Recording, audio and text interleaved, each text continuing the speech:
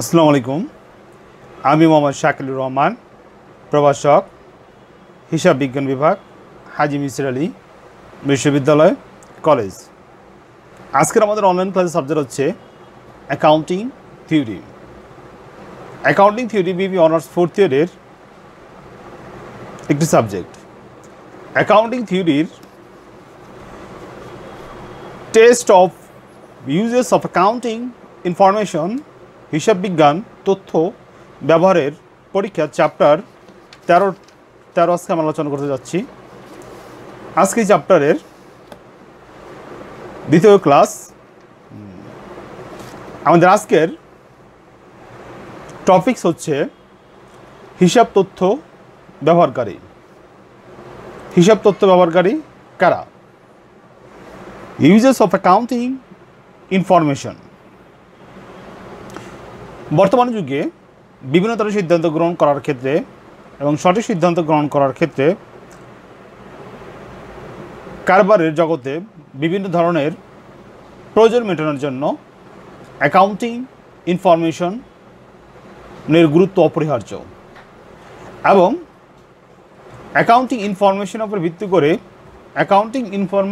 ভিত্তি করে ব্যবস্থাপকগণ বিভিন্ন ধরনের সিদ্ধান্ত গ্রহণ করে থাকে।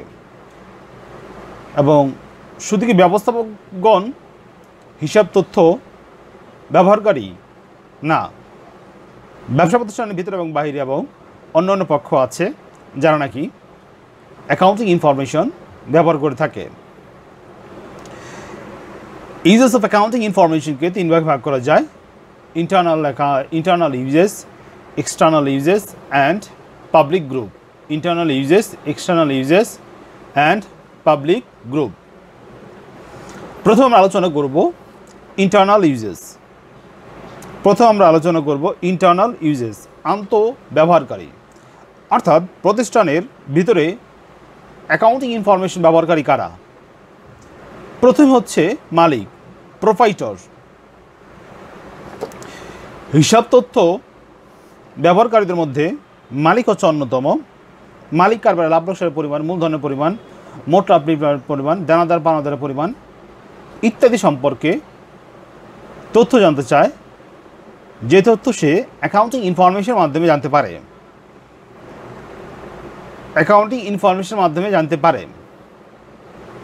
মালিক অ্যাকাউন্টিং ইনফরমেশনের মাধ্যমে তার প্রয়োজনীয় তথ্যগুলো সংগ্রহ করতে পারে। ব্যবস্থাপনা কর্তৃপক্ষ, ম্যানেজমেন্ট অথরিটি, কারবারের সঠিক এবং সফলভাবে পরিচালনা করার জন্য এবং সঠিক সিদ্ধান্ত গ্রহণ করার জন্য ব্যবস্থাপকগণকে অ্যাকাউন্টিং ইনফরমেশন সম্পর্কে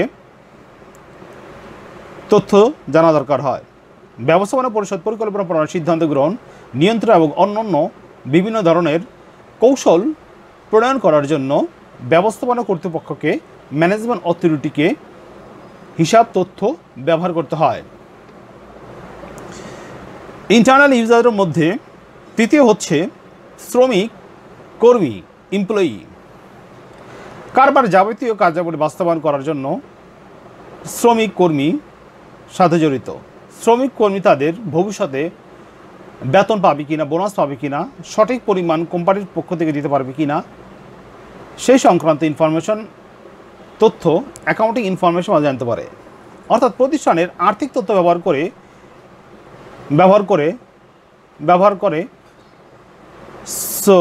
শ্রমিক কর্মী অ্যাকাউন্টিং ইনফরমেশন সম্পর্কে জানতে পারে। শ্রমিকের ভবিষ্যৎ যে প্রভিডেন্ট ফান্ড প্লাস অন্যান্য আর্থিক যে সুবিধাগুলো আছে প্রতিষ্ঠান তা প্রদান করতে পারবে কিনা তাও জানতে পারে অ্যাকাউন্টিং ইনফরমেশন থেকে। এখন আমরা আলোচনা করব আমাদের দ্বিতীয় অংশ, এক্সটার্নাল ইউজার, বহিঃব্যবহারকারী। অর্থাৎ এক্সটার্নাল ইউজার বলতে বোঝানো হয়েছে প্রতিষ্ঠানের বাইরে যারা অ্যাকাউন্টিং ইনফরমেশন ব্যবহার করে। প্রথমত হচ্ছে লোনদাতা বা পাওনাদার বা ক্রেডিটর। কারবারের যারা লোন প্রদান করবে তারা কারবারের আর্থিক ক্ষমতা সম্পর্কে জানতে চায় এবং কারবার আর্থিক প্রভাব সম্পর্কে অ্যাকাউন্টিং ইনফরমেশনের মাধ্যমে জানতে পারে। তো লোন প্রতিষ্ঠানকে দেবে কি দিবে না সেই সম্পর্কে অ্যাকাউন্টিং ইনফরমেশনের মাধ্যমে তথ্য সংগ্রহ করতে পারে। বিনিয়োগকারী ইনভেস্টর যখন কোনো বিনিয়োগকারী বিনিয়োগ করতে যায় তখন মুনাফা অর্জন করার জন্য সে বিনিয়োগ করে থাকে এবং মুনাফা অর্জন করার জন্য সে বিভিন্ন ধরনের বিশ্লেষণ করে এবং তার বিশ্লেষণের জন্য প্রয়োজনীয় তথ্যসমূহ অ্যাকাউন্টিং ইনফরমেশন থেকে পেয়ে থাকে। অর্থাৎ বিনিয়োগকারী কোনো প্রতিষ্ঠানে বিনিয়োগ করবে কিনা, তার আর্থিক অবস্থা, তার অর্থে নিরাপত্তা হবে কিনা এবং আয় নিশ্চিত হবে কিনা এই সম্পর্কিত তথ্য অ্যাকাউন্টিং ইনফরমেশনের মাধ্যমে জানতে পারে। 3 নম্বর পয়েন্ট হচ্ছে ভোগকারী কনজিউমার। যারা নাকি পণ্য ভোগ করে তাদেরকে ভোগকারী বলে। ভোক্তা সবসময় কম দামে মানসম্মত পণ্য কিনতে চায়, এই জন্য প্রতিষ্ঠানের উৎপাদনের মান এবং ন্যায্য মূল্য দেওয়া হয়েছে কিনা এই সম্পর্কে ভোক্তাগুলো হিসাব তথ্য ব্যবহার করে থাকে। অর্থাৎ ভোগকারীকে যে পণ্য দেওয়া হচ্ছে তা প্রকৃতপক্ষে মানসম্মত কিনা সেই সম্পর্কিত তথ্যগুলো অ্যাকাউন্টিং ইনফরমেশনের মাধ্যমে বিশ্লেষণ করে থাকে ভোগকারী।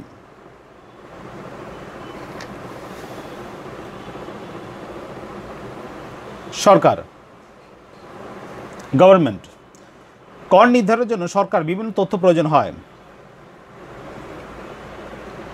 এবং এই তথ্যগুলো সরকারের আয়ের খাতগুলোর এবং ব্যয়ের খাতগুলো সম্পর্কে জানতে সমর্থন হয়। অর্থাৎ প্রতিষ্ঠানের আয় এবং ব্যয়ের খাতগুলোর মাধ্যমে সরকার হিসাব তথ্য থেকে পেয়ে থাকে। গবেষণা কাজ করার জন্য অ্যাকাউন্টিং ইনফরমেশন ব্যবহার করে থাকে।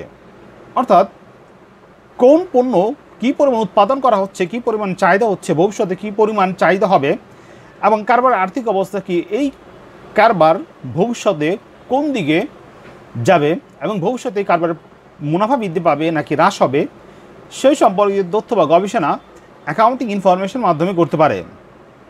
বণিক সমিতি চেম্বার অফ কমার্স। বণিক সমিতি দেশের বিরাজমান ব্যবসা বাণিজ্য সম্পর্কে অবহিত হওয়ার জন্য সমিতির সদস্য সংশ্লিষ্ট বিভিন্ন বিষয়ে গ্রহণ করে হিসাব প্রদত্ত ব্যবহার করে থাকে। অর্থাৎ বণিক সমিতি যে জাতীয় ব্যবসা প্রতিষ্ঠান পরিচালনা করছে ওই ব্যবসা প্রতিষ্ঠানের ভবিষ্যৎ কোন দিকে যাবে সেই সম্পর্কিত তথ্য সময় অ্যাকাউন্টিং ইনফরমেশন সম্পর্কে থেকে জানতে পারে। জনসাধারণ জেনারেল পাবলিক।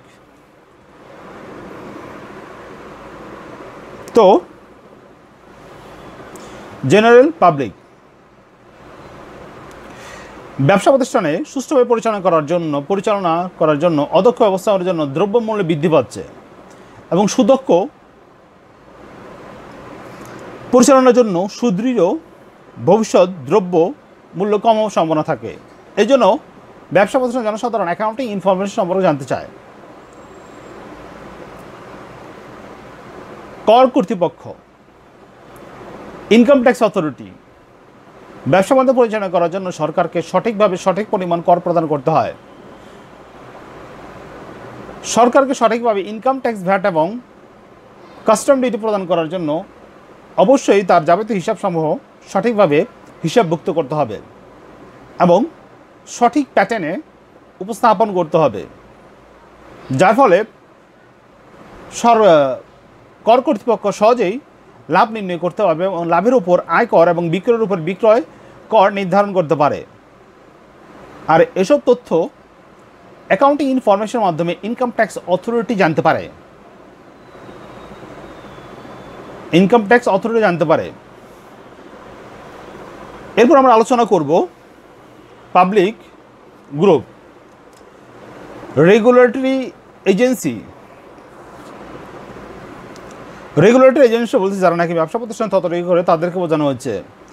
রেগুলেটরি এজেন্সি ব্যবসা প্রতিষ্ঠানের অ্যাকাউন্টিং ইনফরমেশন জানতে পারে কোন ব্যবসা প্রতিষ্ঠানের কী পরিমাণ প্রফিট হচ্ছে, কী পরিমাণ বিক্রি হচ্ছে, বিক্রয় বৃদ্ধি পাচ্ছে এবং কোন ব্যবসায় কোন দিকে ভবিষ্যতে যাবে এই সম্পর্কিত তথ্য অ্যাকাউন্টিং ইনফরমেশন জানতে পারে। ট্যাক্স অথরিটি যেটা আমরা পূর্বে আলোচনা করলাম, লেবার ইউনিয়ন, শ্রমিক সংঘ। শ্রমিক সংঘ তাদের প্রয়োজনীয় দাবি দাবা পূরণ করার জন্য অ্যাকাউন্টিং ইনফরমেশন ব্যবহার করে ভবিষ্যতে তাদের দাবি দাবা উপস্থাপন করতে পারে।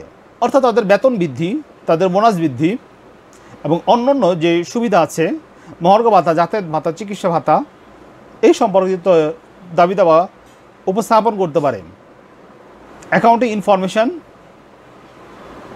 এর মাধ্যমে। রিটায়ার্ড, অবসরপ্রাপ্ত কর্মী।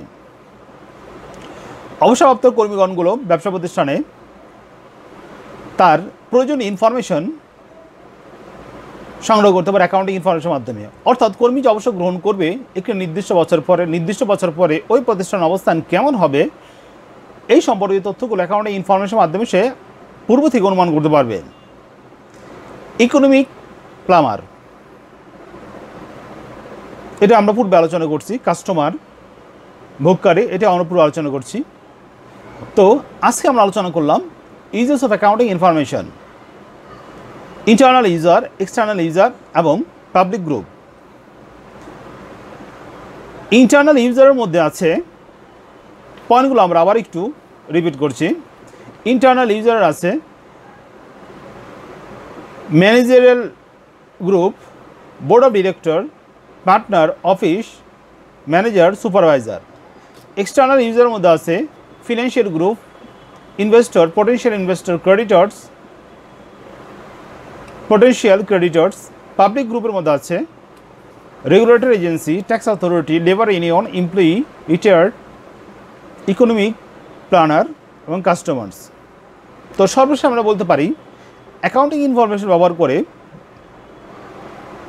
ব্যবসা প্রতিষ্ঠান বিস্তার লাভ করে এবং অ্যাকাউন্টিং ইনফরমেশনের উপর ভিত্তি করে ব্যবসা প্রতিষ্ঠানের ভিতরে এবং বাহিরে ব্যবহারকারীগণ তারা তাদের গুরুত্বপূর্ণ সিদ্ধান্তগুলো উপযুক্ত সময়ের মধ্যে গ্রহণ করতে পারে, যার ফলে ব্যবসা বাণিজ্য ব্যাপকভাবে সম্প্রসারণ হতে সাহায্য করে। Accounting information. আমাদের আজকের অ্যাকাউন্টিং থিওরি ক্লাস এখানে সমাপ্তি। পরবর্তী লেকচার দেখার জন্য আমন্ত্রণ রইল।